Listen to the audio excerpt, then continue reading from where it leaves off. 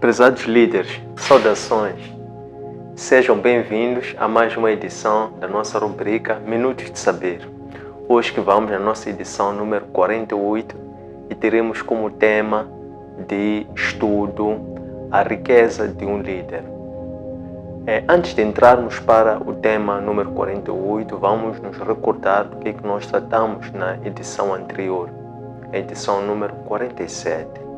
Nesta, nós tivemos como tema de estudo ou reflexão o líder e a sua fonte.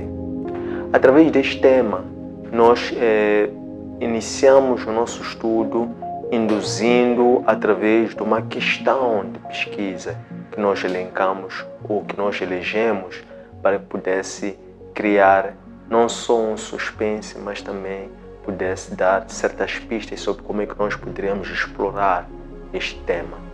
E a pergunta de partida foi: qual é a importância do líder se conectar à sua fonte? Nós quisemos com isso dizer que todo líder possui uma certa fonte, possui uma certa energia, possui uma certa cabeça, por assim dizer, um certo mestre, possui, por assim dizer, algo acima dele, muito mais forte do que ele, que é a sua fonte de busca de energia, positividade e inspiração para poder materializar a sua liderança. E para trazer resposta a essa questão, nós procuramos alguns objetivos específicos. E o primeiro destes que nós vimos é o princípio da visão, pois a fonte é o conectar-se à fonte é um dos princípios da visão. O segundo aspecto que nós vimos é a questão de conhecer a voz através de uma teofania. O terceiro objetivo específico que nós procuramos foi a necessidade do líder desenvolver uma intimidade e separar-se tempos a tempos para poder criar uma relação com essa mesma fonte. E o último objetivo que nós vimos foi em via de um estudo de caso, no caso que nós elegemos como estudo de caso para elucidar a importância do líder se conectar à fonte, foi a oração da angústia em que Cristo fez-lo no Monte Getsemane, antes dele cumprir o seu derradeiro momento do seu ministério terreno, que era o momento em que ele iria para a cruz a fim de glorificar o Pai, para que por intermédio do Pai também ele pudesse ser glorificado. Então temos como tema de hoje, o nosso foco agora é a nossa edição número 48 e elegemos como tema a riqueza de um líder. Para nós compreendermos este tema, nós queremos aqui discutir como é que o líder produz a riqueza. E o ponto de partida para nós compreendermos isso é a questão de, nós poderíamos dizer o tema, ou formular o tema como a riqueza do líder, mas nós entendemos que desta forma pode suscitar a seguinte questão de pesquisa, porque essa questão de pesquisa que vai ajudar a focarmos sobre de que forma é que nós vamos explorar o tema sobre a riqueza de um líder. E a questão de pesquisa que vai induzir esse nosso estudo, essa reflexão coletiva de hoje é: como é que o líder constrói a riqueza? Reparem que nós não perguntamos como é que o líder constrói a sua riqueza no sentido de personalizar a riqueza, mas escrevemos como é que o líder constrói riqueza. Por quê? Porque este é um dos aspectos chaves da nossa reflexão, do nosso estudo coletivo do dia de hoje. É que o líder entende ou concebe a riqueza não sendo como algo que possa ser particularizado ou possa ser digamos que personalizado a nível de eu, tu, mas ele concebe a riqueza como sendo algo coletivo, algo que é de todos, como sendo nós, não eu, como sendo uma construção coletiva, não uma construção particular, porque a liderança é sobre unir, é sobre andar juntos. Então por isso é que nós designamos como questão de partida como é que o líder constrói a riqueza. Para nós aprofundarmos esse tema, vamos procurar por 5 principais questões que nós vamos observar uma a uma para compreender de que forma é que nós podemos explorar esse estudo.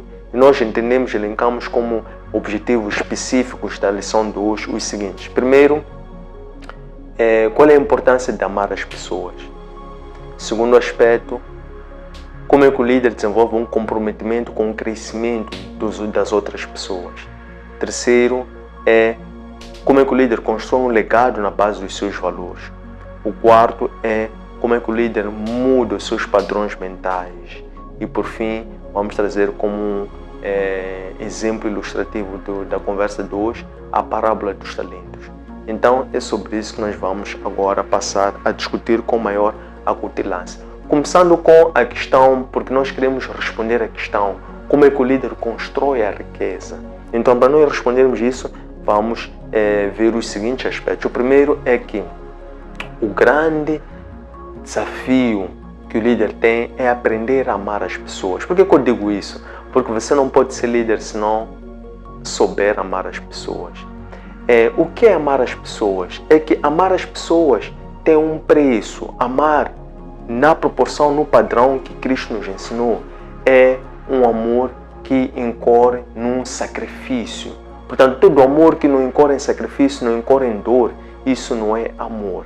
Consequentemente, o padrão de amor que se refere é um amor que tem um preço, e o preço desse amor é a graça. O que nós queremos dizer com a graça? Não estamos a dizer que é um amor de borla, porque o amor que é de borla é um amor que o preço é a borla. Consequentemente, o amor que tem como sinal ou preço a graça é um amor que nós entendemos que é a nossa forma de ser e de estar, é o nosso destino. Nós, enquanto líder, o nosso destino é aprender a amar as pessoas e amá-las efetivamente. Então, o grande desafio que o líder tem é aprender a amar as pessoas. Quando o líder aprende a amar as pessoas, então aí começa a sua liderança. O segundo aspecto é a questão do comprometimento com o crescimento das outras pessoas. O grande desafio que o líder tem nesse interregno é ele ter um comprometimento em fazer outras pessoas crescerem, porque a sua riqueza ou a sua recompensa advém da forma e do grau com o qual ele, de uma forma consciente, contribui ativamente para o crescimento das outras pessoas através da partilha do conhecimento, ou de permitir ou facilitar com que as pessoas possam crescer através do conhecimento, do acesso ao conhecimento. Quando as outras pessoas crescem, o líder também cresce junto e vice-versa. Quando o líder também cresce, também as outras pessoas crescem junto. Então aqui cria-se esta energia, é uma empatia, é uma questão de comunidade, é uma questão de pertença, é uma questão de predestinação, é uma questão de destinação quando dizemos que o primeiro desses objetivos é amar a pessoa. Então nós nos comprometemos com o crescimento das pessoas de uma forma consciente, sabendo que o nosso resultado ou impacto desse comprometimento com o amor nas pessoas na base do conhecimento é que nós crescemos coletivamente. O terceiro aspecto tem a ver com o legado na base de valores. Todo líder que foca o seu projeto, movimento, negócio na base do legado é muito difícil de copiar e é muito difícil de competir com essa liderança ou com esse líder. Consequentemente, o líder, quando define como sendo o propósito único da sua liderança, ou de transmitir um legado na base de valores, valores estes que são os alicerces da sua crença, ou da sua individualidade, da sua personalidade, porque o líder tem uma origem que é a sua comunidade.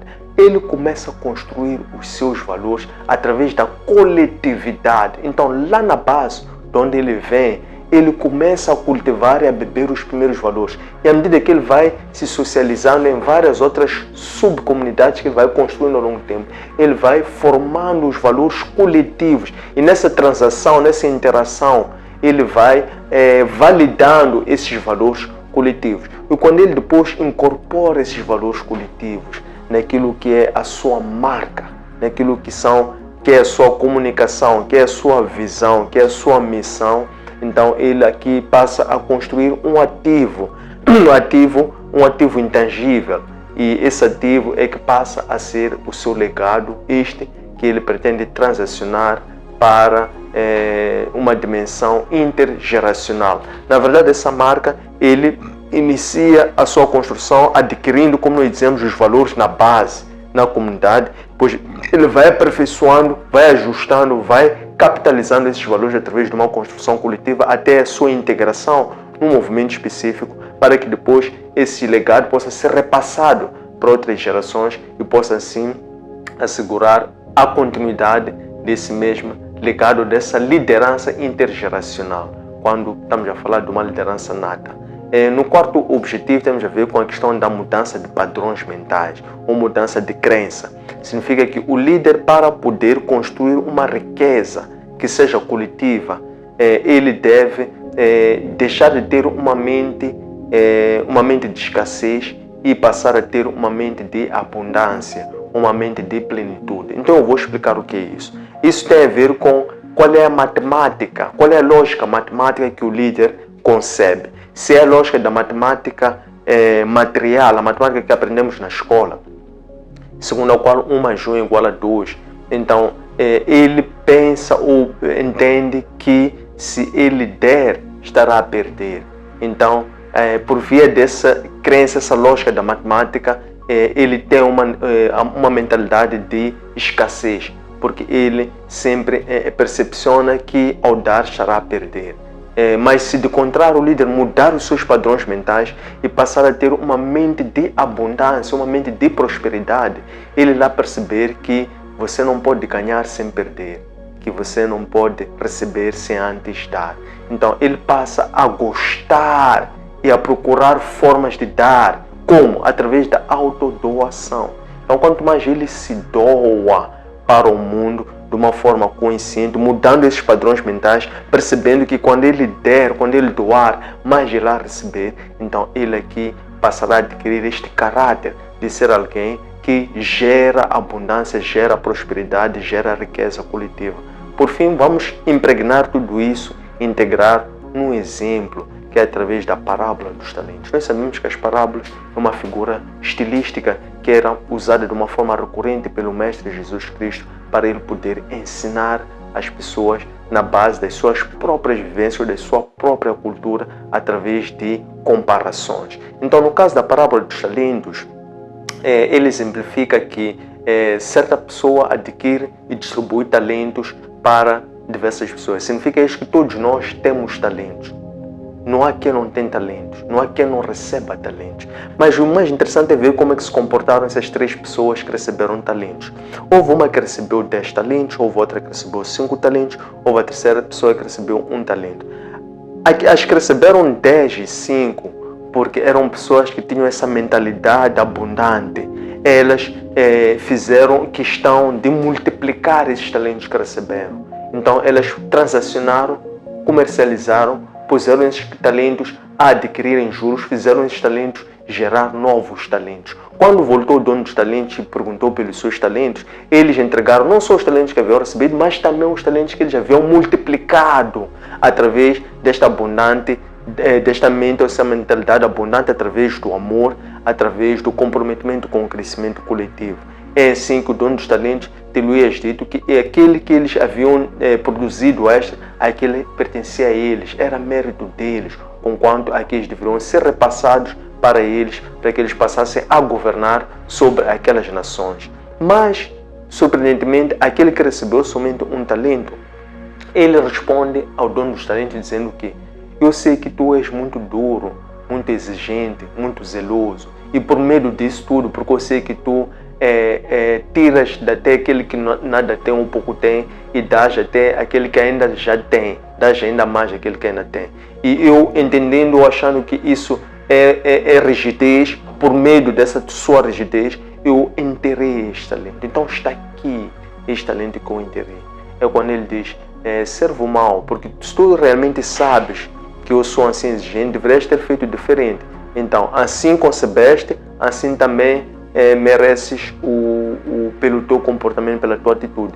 Já que enterraste, então até vou tirar-te essa que tu pouco tens, que é uma única, e vou dar até aquele que muito tem.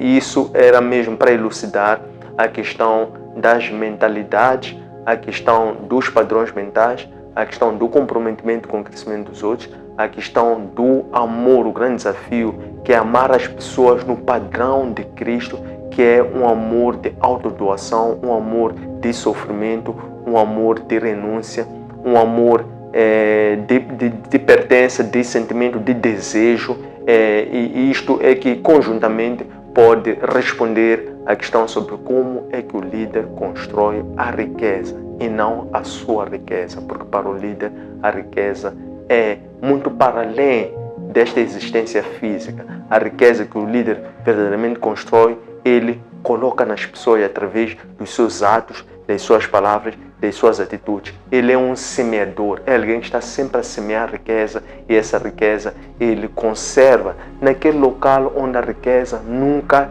perde valor, que é nas pessoas. Quando nós colocamos a riqueza nas pessoas, que é o conhecimento, esse conhecimento ou essa riqueza, ela sempre se multiplica. E assim, efetivamente, o líder vai aprender a replicar a lei da multiplicação, que é a lei que pertence àquele que é o Criador, não criado, que é aquele que tudo sabe, que é aquele que é o mestre da sabedoria, que é aquele que é a fonte ou energia que está acima de todos nós, o qual nos ensina a sabedoria através do comportamento da natureza e através também do comportamento dos animais. Como exemplo, tendo chegado a esta parte, deixem ficar a vossa apreciação sobre este tema, os vossos comentários, sugestões, partilhem este vídeo com a vossa vasta rede de pessoas, amigos, vizinhos, colegas, família e deixem ficar o vosso like nas nossas páginas. Encontre este vídeo a par dos nossos arquivos digitais nos seguintes destinos. Primeiro, a nossa página de Facebook, Antônio Sende_Oficial, no nosso canal de YouTube, Antônio Sende_LDA, no nosso aplicativo para plataformas Android, Elo App, e no nosso webpage www.academiaservo.com. Um abraço de luz e até breve.